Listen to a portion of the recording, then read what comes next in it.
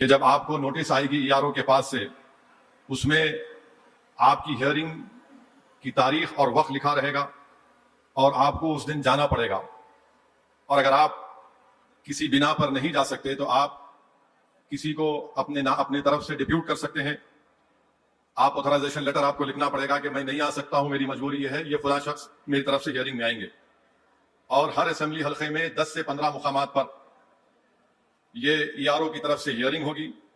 اور جو حضرات اپنا انیمیریشن فارم نہیں دے سکے اور ان کا نام ڈرافٹ رول میں نہیں آیا، پریشان مت ہوئیے.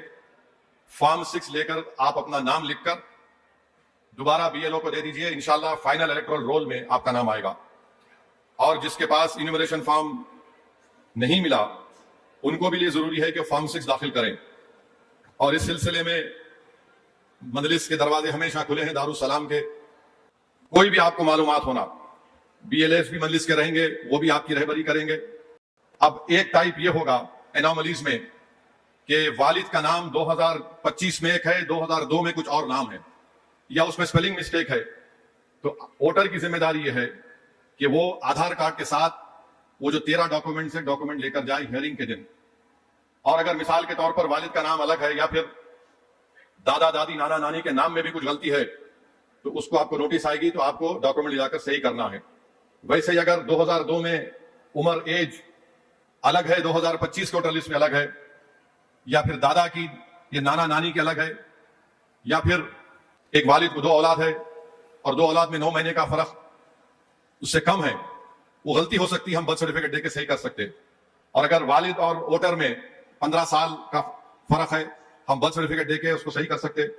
اور اگر والد والدہ اور ووٹر میں 50 سال کا فرق ہے، برتھ سرٹیفکیٹ دے کے ہم اس کو صحیح کر سکتے. تو ایسے کئی چیزیں ہیں. اور اگر کسی کی پروجنی میپنگ ہوئی، مثال کے طور پر کسی کو 7 بچے ہیں، تو ہم کیا کیے، ایک کا والد سے کر دیے، ایک کا والدہ سے کر دیے، ایک کا دادا سے کر دیے، ایک کا نانا سے کر دیے، ایک کا دادی سے کر دیے، ایک کا نانی سے کر دیے. تو انہوں بولیں گے ارے بھائی 6 کے زیادہ کیسا ہوئے، تو اس پہ بھی آپ ڈاکومنٹ دے سکتے، اس کے لیے بھی مجلس کے پاس آپ آ سکتے ہیں. اور اگر 2002 میں کسی کا نام نہیں آیا، ووٹر لسٹ میں نام نہیں آیا مگر آپ نے فارم دے دیا، تو آپ کو یہ کرنا ہے کہ اگر آپ کی پیدائش 30 جون 87 سے پہلے کی ہے تو آپ کو ایک ڈاکومنٹ دینا ہے وہ 13 میں سے.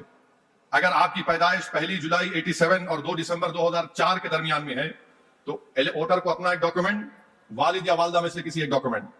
اگر کسی کی پیدائش 1 جولائی 2004 کے بعد ہوئی ہے تو 3 ڈاکومنٹ دینا ہے، اپنا، والد کا اور والدہ کا.